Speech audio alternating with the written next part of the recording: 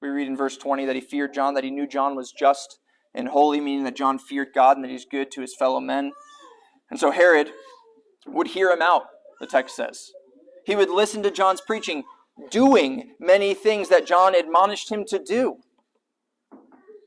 Listening gladly as this godly man spoke. It's a crazy dynamic. Herod's willing to heed John's word in many things, just not in regard to Herodias. Just not that. Think about that mindset. Willing to obey God. That's what John's preaching. If he's obeying John's preaching, that means he's walking after the counsel of God in those things. Obviously in an outward way. Obviously he's not giving God his heart. But he's got some level of seeing this is a good thing, I'm going to walk in this. But there's just one thing, not that. Think about that mindset. It's not that thing. That was a step too far for Herod, a rebuke from John that could not be heeded. Note again John's courage. Right? He had, again, a bunch of truth that he could preach to Herod. And the two of them would be totally cool. John getting to preach the word, Herod grateful to hear it, heeding his word. The picture we're given is of Herod hearing John gladly on most things.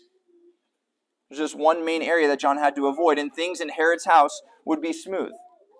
But John has greater concerns. Greater concerns, greater love for Herod. Namely, serving God in truth, preaching the whole counsel of God's word, actually caring for Herod's soul. That's the one text Herod needs to hear. And so John does not shrink back about the one topic that would be damning eventually to Herod if he continued in this. And it's worth noting for us that one holdout is all it takes. Just one holdout. One text you refuse to obey.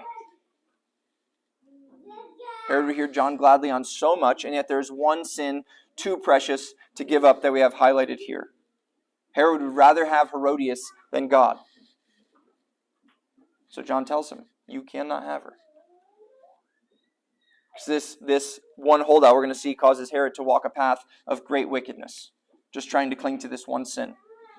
We must see this and recognize the importance, therefore, for us of having zero holdouts before God. It doesn't take a laundry list of disobedience for you to fall away. A laundry list of sins that you're committing. It could just be that one sin that you hold dear, that one sin that you decide is no longer worth confessing and forsaking. So we cannot have any areas in our life where we refuse to submit to the law of God. And we cannot have any area we refuse to address our brothers and sisters who we see sinning. Oh, it's just that one thing. Do I really have to bring that one thing up with them? Well, yeah, you do.